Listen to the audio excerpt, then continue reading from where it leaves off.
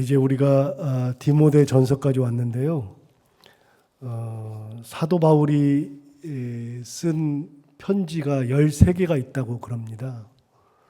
사도 바울이 쓴 편지는 로마서부터 시작해서 이제 디모데 전서, 디모데 후서, 그다음에 디도서, 그 위에 이제 빌레몬서까지 이렇게 있습니다.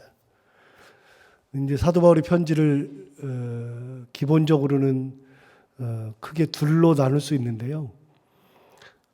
셋으로 나눌 수 있는데, 물론 둘로 나누든 셋으로 나누든 상관없는데, 기본적으로 로마서 그러면 로마 교회에다가 쓰는 거잖아요. 고린도 전후서도 이제 고린도 교회에 쓰는 거고, 그다음에 갈라디아서, 에베소서, 빌립보서, 골로새서, 데살로니가 전후서, 이 모든 것은 다 그 교회에다가 편지 쓰는 겁니다. 우리 다 알죠, 그래서 지역명이니까요. 그래서 로마, 고린도, 그다음에 갈라디아, 그다음에 에베소, 빌립보, 골로새, 데살로니가. 그러니까 이제 이거는 지역에다가 교회에다가 쓰는 편지다 하는 것을 우리가 알 수 있고요. 오늘부터 나오는 거는 디모데 전서, 후서, 디도서, 그리고 빌레몬서까지 전부 다 개인한테 쓰는 겁니다. 그래서 지역과 교회에 써주는 게 다른 거죠. 그래서 디모데 전서는 디모데에게 쓰는 거고요. 디도서도 디도에게 써주는 거고요. 이제 디모데 전후서, 디도서가 끝나면 빌레몬서가 나오는데, 빌레몬도 빌레몬이라고 하는 사람에게 직접 써주는 겁니다. 빌레몬은 골로새 교회의 지도자였죠. 큰 유력한 사람, 돈이 많았고 큰 일꾼 중에 하나가 이제 빌레몬이었고요. 그 빌레몬의 종인 오네시모가 종이었는데 도망가 가지고 훗날 로마에서 잡혀 가지고 감옥에 있을 때 사도 바울을 만나고, 사도 바울이 그 감옥에서 오네시모를 전도해서 오네시모를 옥중에서 낳은 아들이라고 이야기를 하죠. 그래서 아무튼 이제 그 4개의 편지, 디모데 전후서, 디도서, 빌레몬서는 개인한테 쓰는 편지다, 이렇게 알면 되겠습니다. 그 후에 이제 사도 바울의 편지가 끝나면 히브리서가 등장하는데, 히브리서도 이제 나오면 얘기하겠지만, 옛날에는 히브리서를 사도 바울이 쓴 편지라 그랬습니다. 그런데 연구를 하면 할수록 히브리서는 사도 바울과는 아무런 상관이 없다. 그러면 누가 썼느냐? 모른다. 누가 썼는지를 모릅니다. 그리고 이제 그 뒤에는 이제 야고보서, 베드로 전후서, 요한 1, 2, 3서, 유다서, 이거는 이름을 왜 어떻게 붙였냐면 야고보서, 그다음에 베드로 전후서, 요한 1, 2, 3서, 유다서, 이건 전부 다 편지를 쓴 사람의 이름을 붙인 겁니다. 야고보 사도가 쓴 겁니다. 야고보는 예수님의 동생 야고보를 얘기하는 겁니다. 예수님의 동생 야고보가 써준 편지를 그래서 야고보서, 베드로 전후서는 베드로가 쓴 편지를 베드로 전후서, 요한 1, 2, 3, 4도 요한이라고 하는 사도 요한이 쓴 편지, 그다음에 유다서는 예수님의 4명의 동생 중에 야고보와 유다가 들어있는데, 그 유다라고 하는 예수님의 동생이 쓴 편지. 그래서 이 나머지 사도 바울의 편지 말고 히브리서까지 끝난 다음에부터는 쓴 사람의 이름을 붙여서 그 편지라고 이렇게 한 겁니다. 그래서 이제 이렇게 서신서는 그런 특징을 가지고 있죠. 이제 그거를 기본적으로 알고 있으면 이 편지를 구분하는 데 굉장히 편하고요. 그래서 사도 바울이 쓴 편지가 13개가 쭉 나온다고 하는 거, 그 중에 이제 오늘은 디모데 전서까지 와 있습니다. 디모데 전서 앞은 교회에다가 쓰는 편지입니다. 여기 그래서 데살로니가 교회에 쓴 편지까지가 이제 우리가 지금 그동안 로마서부터 본 거고요. 또 하나, 제가 2개 혹은 3개라 그랬는데, 그 얘기하면서 디모데 전후서에 대한 것을 이야기하기 위해서 그렇습니다. 디모데 전후서, 디도서는 개인한테 디모데와 디도에게 쓴 편지가 맞지만, 디모데와 디도는 특별히 사도 바울이 아들로 삼았던, 사도 바울은 결혼을 하지 않았기 때문에 아들을 낳은 적은 없으나 그러나 믿음으로 양아들이 되었죠. 그래서 믿음의 아들, 양아들 그렇게 얘기합니다. 그래서 믿음의 아들이요 양아들인 디모데와 디도가 있습니다. 그래서 사도 바울의 아들은 둘이 있다고 얘기를 하죠. 디모데와 디도가 있다고 얘기합니다. 그런데 디모데와 디도는 믿음의 아들이고 양아들이지만 동시에 사도 바울과 똑같이 전도자의 길을 갔습니다. 목회자의 길을 갔습니다. 그래서 그 디모데와 디도가 목회를 했거든요. 어디서 목회를 했느냐? 이제 그건 이제 좀 이따 얘기하고요. 그들이 목회를 했기 때문에 목회자에게 편지 쓴 겁니다. 목회자가 아버지가 목회자잖아요. 사도 바울이 목회자죠. 이제 전도자였죠. 그러니까 아버지가 그곳에서 목회하는 아들에게 써준 편지니까 어떤 내용이겠습니까? 네가 목회할 때에는 이렇게 해야 된다. 목회자의 자세는 이렇다. 사람을 대할 때는 이렇게 해야 한다. 사람들에게는 업신여김을 당해서는 안 된다. 너 나이가 어리지? 너는 나이가 어리니까 그 교회 성도들이 네가 목회하고 있는 교회 성도들이 너를 무시할 수 있으니 업신여김을 받아서는 안 된다 등등.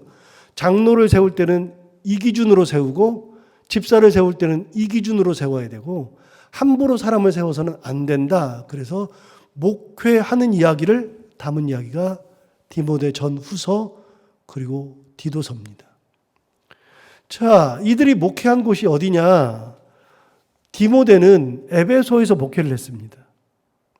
디도는 그레데에서 목회를 했습니다. 크레타에서. 이제 그거는 이제 내가 너를 거기에 남겨두었다 이런 내용들이 나오니까요. 그래서 디모데가 디도하고 같은 양아들이지만 그래도 디모데가 조금 더 오래 있었고 디모데가 비중이 컸습니다. 그래서 디모데를 어디로 보냈냐?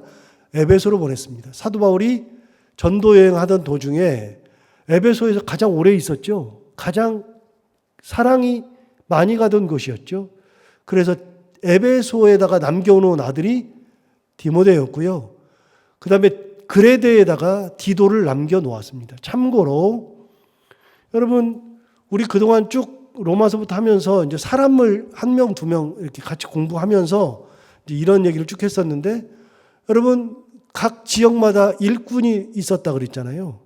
지역마다 일꾼이 있었는데 우리가 잘 아는 아볼로라고 하는 일꾼은요.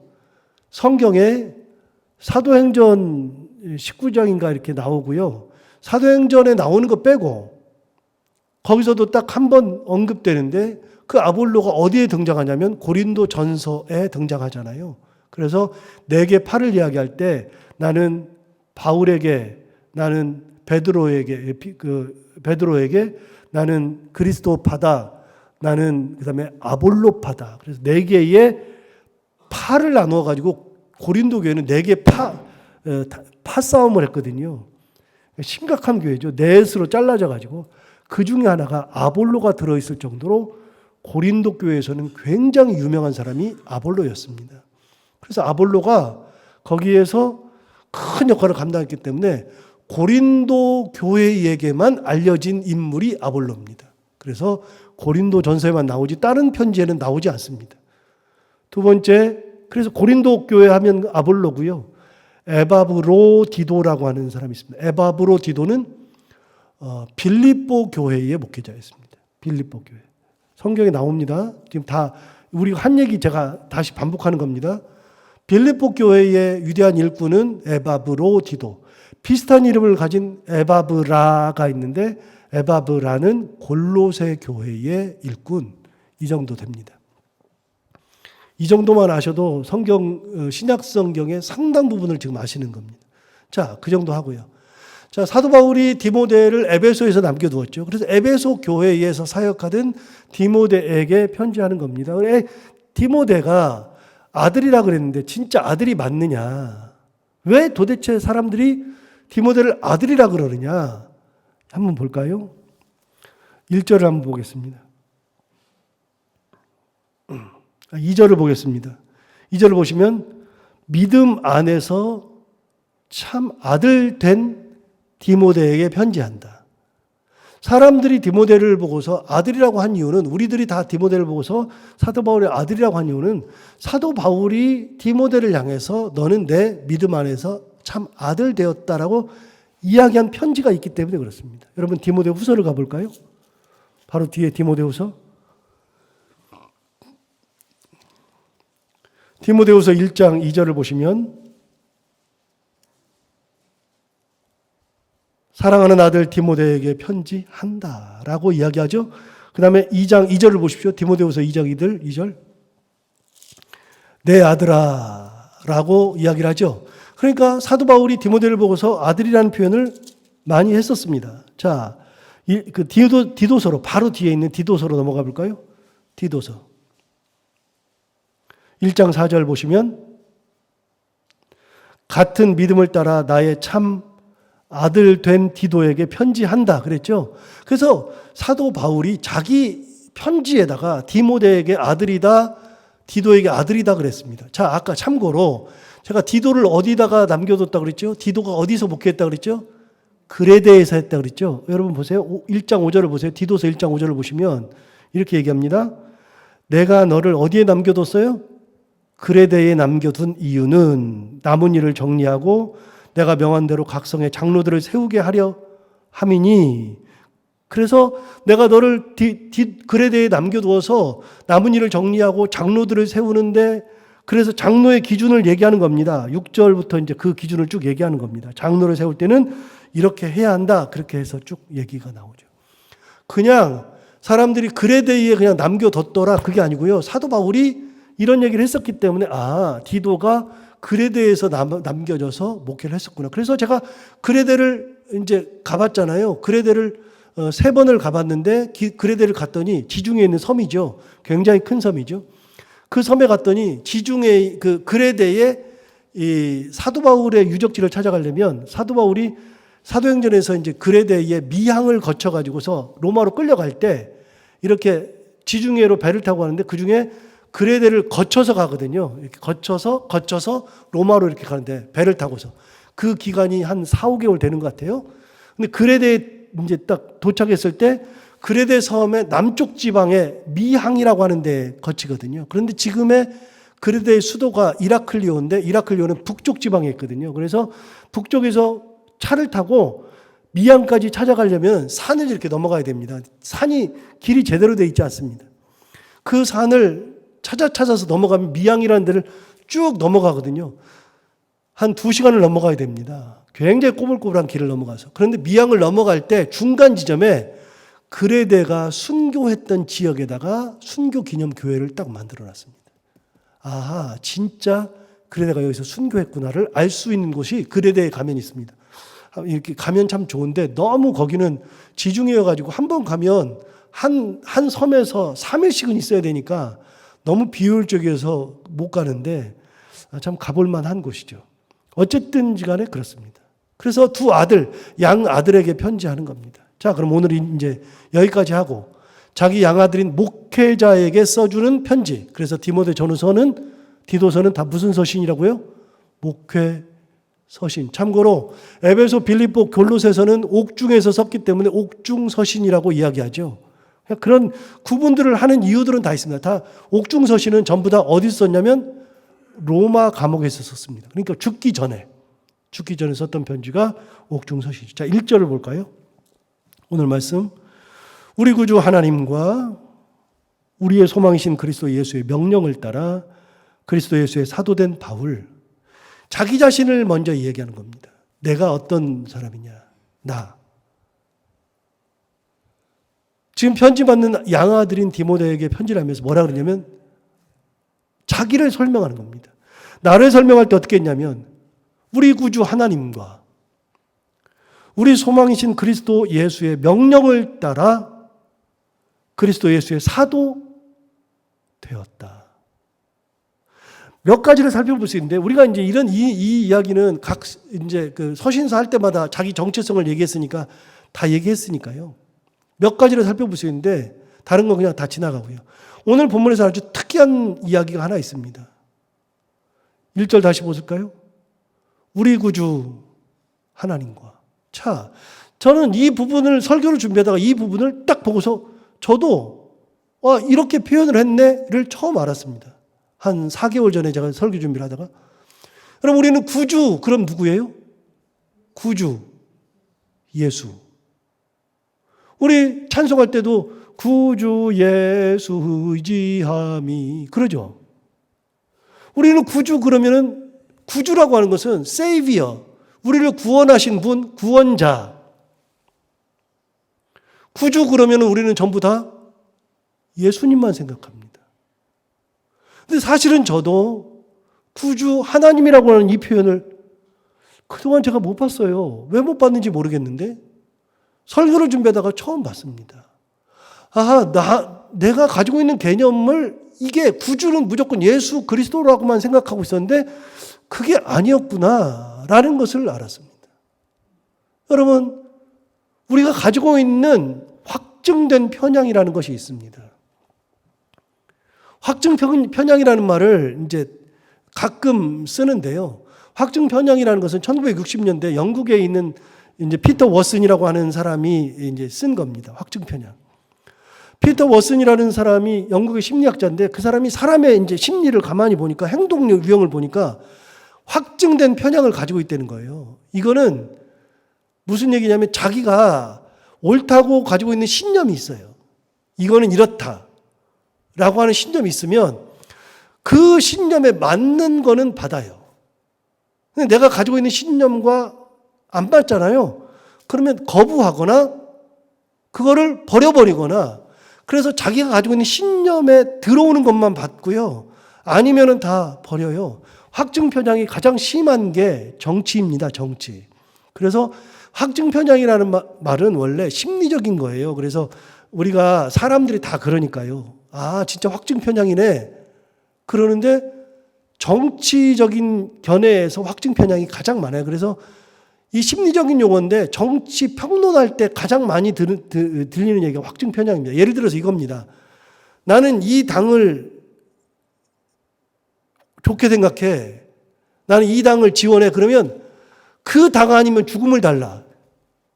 그런 경우 많죠. 어제도 똑같은 얘기 했는데요. 친구들 만나가지고 그 얘기를 하면 머리가 아파요. 결론이 안 나. 둘 다 똑같아. 같은 얘기 계속해요.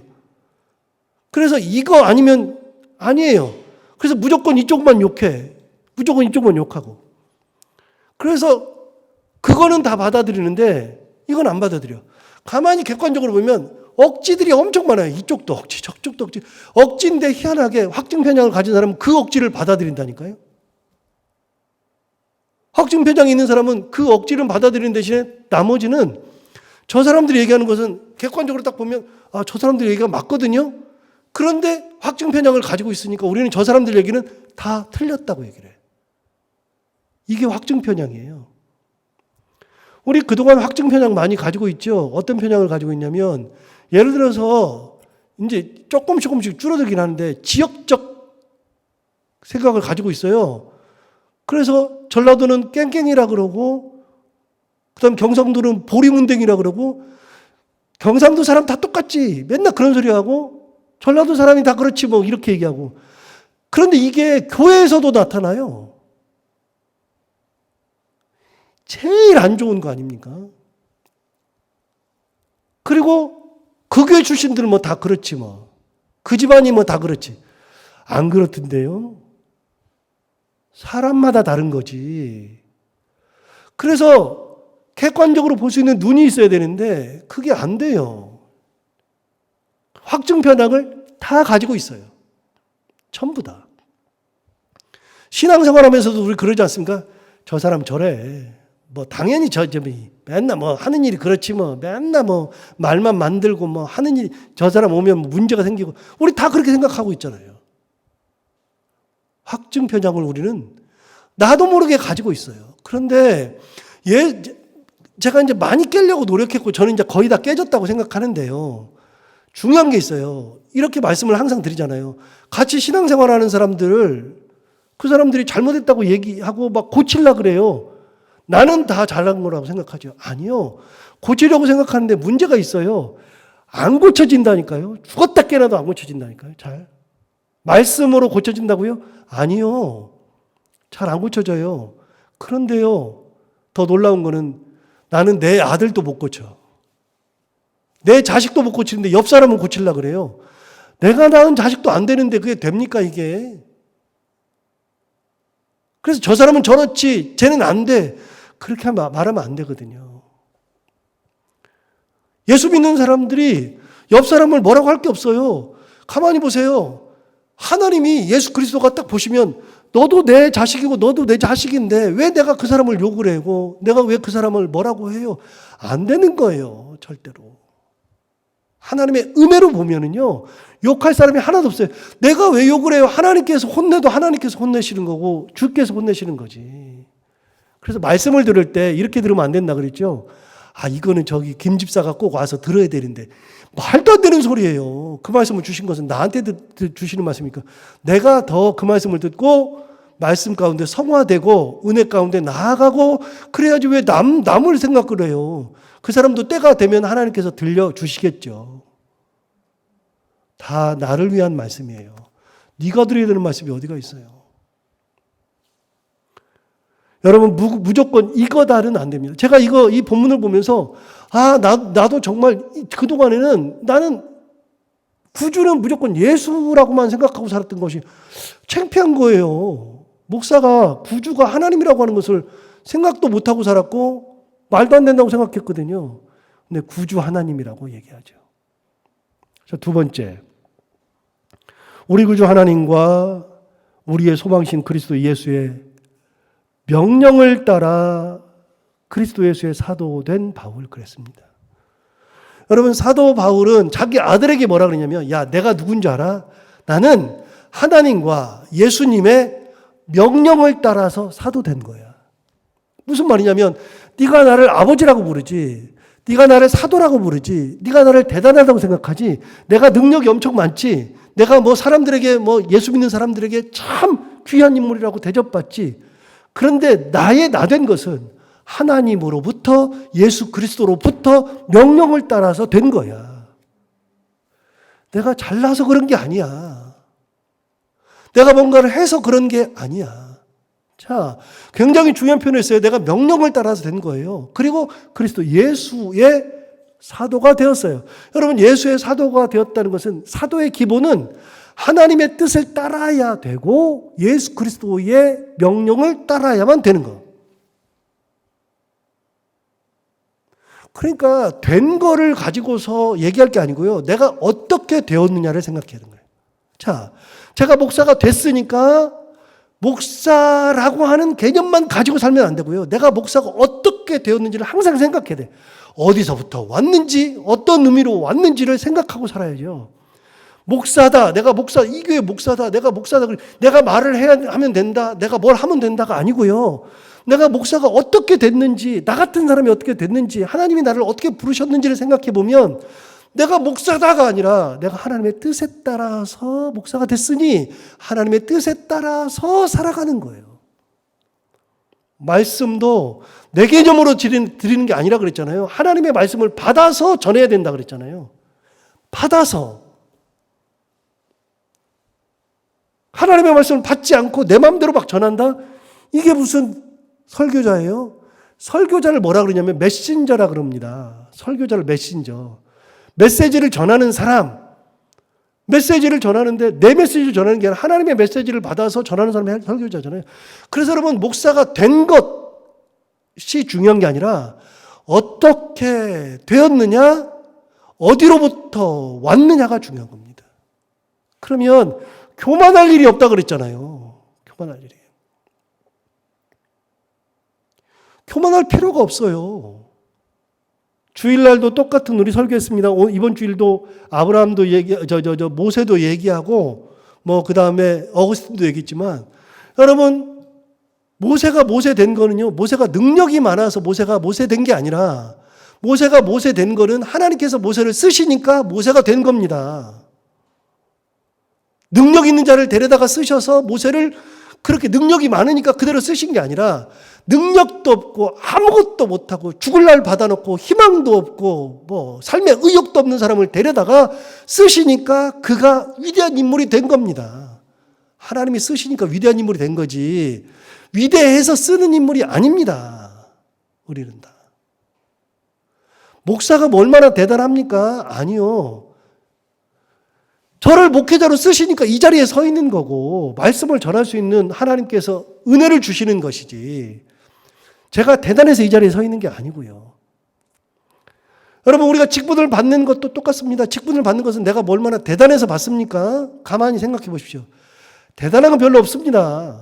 그러나 하나님께서 나를 직분자로 만들어 주시는 겁니다. 그러니까 우리는 모두 다 하나님의 뜻을 따라 예수 그리스도의 명령을 따라서 이 자리에 서 있는 거라는 것을 개념을 가지고 있으면 우리 모두가 다 교만할 일이 없어요. 교만할 일이 없어요. 여러분 뒤집어서 말하면 내 뜻을 내세우면 내가 내 뜻대로 고집하면 그러면 사도가 아니에요. 하나님과 예수 그리스도의 명령을 따라서 됐으면 내가 그 명령을 따라 살아야 사도지. 명령을 따라 살지 않고 내 뜻을 세우고 내 마음대로 하고 내가 내 뜻대로 안 되면 막 화가 나고 막 뒤집고 이거는 사도가 아니에요. 사도는 하나님의 뜻을 이루는 게 사도죠. 그리스도께서 명령을 주셨으면 그 명령을 행하는 것이 사도죠. 우리 나답과 아비후 얘기를 많이 했으니까요. 여러분 나답과 아비후는 아론의 네 아들 중에 두 아들입니다. 제사장입니다. 나답과 아비후는 그 유명한 사람들이 출애굽기 한번 나오고 민수기 한번 나오는데 출애굽기에 나올 때는 어떻게 나오냐면 하나님을 보러 사이나산에 올라갔습니다. 74명이 올라갔습니다. 모세와 아론과 나답과 아비후와 그리고 70명의 장로. 그 사람들이 시내산에 올라가서 하나님 앞에서 먹고 마시고 즐겼더라. 하나님을 본 사람이 나답과 아비후입니다. 대단한 사람입니다. 아론의 두 아들, 네 아들 중에 둘. 그런데 내려와가지고 민수기에서 뭐 했다고요? 분향을 드리는데 기름에다가 불을 붙여가지고 그 성소에서 이렇게 분향을 하는데 기름 붙이는데 하나님께서 명하신 기름이 있어요. 하나님께서 기름을 분향을 할 때는 이 기름을 써라. 그래서 그걸 하라 그랬는데 나답과 아비후가 가만히 생각해 보니까 이 기름은 냄새가 별로 안 좋거든요. 진짜 좋은 냄새 나는 게 있거든요. 정말로 이 괜찮은 기름이 있거든요. 하나님이 왜 도대체 이 기름을 쓰라 그래? 그래서 자기가 하나님이 명령한 기름이 아닌 자기가 생각한 기름을 썼다가 그 자리에서 그냥 죽었습니다. 그 자리에서. 여러분 제사장이 뭐 하는 사람입니까? 제사라고 하는 게 뭡니까? 하나님께 드리는 게 제사지. 내가 원하는 것을 드리는 것이 제사가 아닙니다. 하나님께서 원하는 것을 드릴 줄 알아야지. 하나님의 뜻대로 해야지. 천하 없어도요. 제사장이라 할지라도 사람들이 아이고 우리 제사장님 그래도 천하 없어도 하나님의 뜻을 따라야 제사장이지. 자기 뜻을 가지고 있으면 제사장이 아닙니다. 여러분 굉장히 중요한 점을 사도 바울이 얘기하는 거예요. 아들한테 야 네가 나를 사도라 그러지? 내가 아버지지? 내가 대단하지? 아니 나는 그런 존재가 아니라 하나님과 예수 그리스도의 명령을 따라서 사도된 거야. 자, 두 번째 2절을 보시면 믿음 안에서 참 아들 된 디모데에게 편지하노니 하나님 아버지와 그리스도 예수 우리 주께로부터 은혜와 평강, 긍휼과 평강이 내게 있을지어다. 여긴 두 가지가 있는데요. 짧게 보면 그 아들은 믿음 안에서 된 겁니다. 믿음 안에서. 자, 이럴 수 있어요. 우리가 이제 요즘에 이제 양자를 많이 드리잖아요. 요즘에는 이제 뭐 위탁기관에서 양자를 이제 가슴으로 낳은 아이 해가지고서 이제 양자를 드리죠. 양자를 드려요.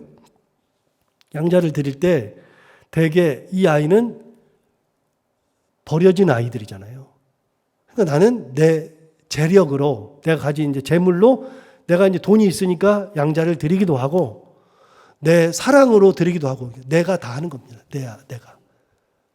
내 형편을 봐서 아내랑 협의해서 남편이랑 협의해서 그래서 아무것도 없으면 드릴 수 없으니까요. 내가 재력이 좀 있고 그다음에 뭐도 있고 뭐 이러니까 내가 결정해서 내가 다 하는 겁니다. 요즘에 양자들은. 그런데요, 사도 바울은 믿음 안에서 양자가 된 겁니다. 내가 능력이 있어서 사도니까 너를 양자 삼은 게 아니고요. 믿음 안에서 되는 겁니다. 근본이 뭐냐?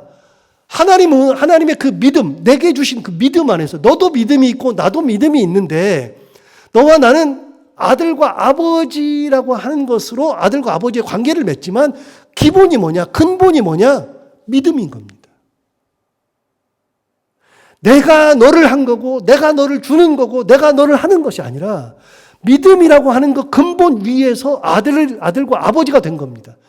그러니까 네가 내 아들이니까 뭐 내가 너를 함부로 하고 네가 내 아들이니까 너는 나에게 가져와야 되고 그런 게 아니라 너랑 나랑은 동격이다. 동격이다. 아버지와 아들 관계를 맺지만 동격이다. 자, 여기서 한 걸음 나갈까요? 목사와 성도들은요, 동격입니다. 똑같습니다. 다를 게 뭐 있습니까? 믿음으로 제가 여기 서 있는 거고 하나님의 은혜로 제가 여기 서 있는 거고 하나님의 은혜로 여러분들도 여기 앉아 있는 거지. 다만 교회는 서열이 아니라 질서라 그랬잖아요. 그 개념을 항상 알고 계셔야 돼요. 교회는 서열이 아니라 질서다. 일반 사회는 서열이에요. 그래서 뭐부터 해가지고 위에 높아가지고서 최고 높은 단계에 올라가야지 되는 거, 이게 서열이 있어요. 그런데 교회는 서열이 있는 게 아니라요. 질서인 거예요. 그래서 목사라고 하는 질서에 의해서, 하나님이 세워진 질서에 의해서 목사 역할을 감당하는 거예요. 그러다 보니까 그 질서에 의해서 가진 게 많아요. 예를 들어서 재직 부서장도, 재직 회장도 목사가 하고, 공동의회 장도 목사가 하고, 당회의 장도 목사가 하고, 교회의 학교의 장도 목사가 하고, 음영부의 모든 것도 목사가 다 하고, 그러다 보니까 사람 임명도 하고, 교회 이것도 하고 저것도 하고, 그러니까 많은 것이 목사에게 집중되어 있으니까 권력이 엄청나게 많다고 생각하죠. 권력이 아니고요. 하나님이 주신 질서에 의해서 맡은 겁니다. 맡은 거. 권력이라고 착각하면 안 되고요. 자기 자신 목사부터가 착각하면 안 됩니다. 이게 착각하면 내가 우리 교회를 내 마음대로 좌지우지한다고 생각해요. 여러분 우리 장로님들 아시지만 저는 개인적으로 이거 합시다 그래가지고 막 하고 그러지 않아요. 다 내놓고 의견 다 들어보고 아니라 그러면 또 아니기도 하고 장로님들이 동의하시면 하기도 하고 우리 장로님들도 너무 좋으셔가지고 목사님이 하는 일에 반대할 마음은 전혀 없습니다. 이렇게 말씀하세요. 반대 안 하셔요. 왜요? 사실은 제가 딴 생각하고 딴짓하고 그러지는 않으니까요. 교회를 생각하고 성도들 생각하고 은혜 가운데서 하니까 그럴 수 있지만 여러분 저도 마음대로 이래라 저래라 안 하고요. 다 내놓고서 합니다. 여러분 아들이라고 이야기하는데 그 아들인 게 아니라 믿음 안에서 아들 된 겁니다. 그래서 이야기하는 게 뭐냐면 2절 다시 한번 읽어볼까요? 믿음 안에서 참 아들 된 너랑 나랑은 똑같다. 동격이다.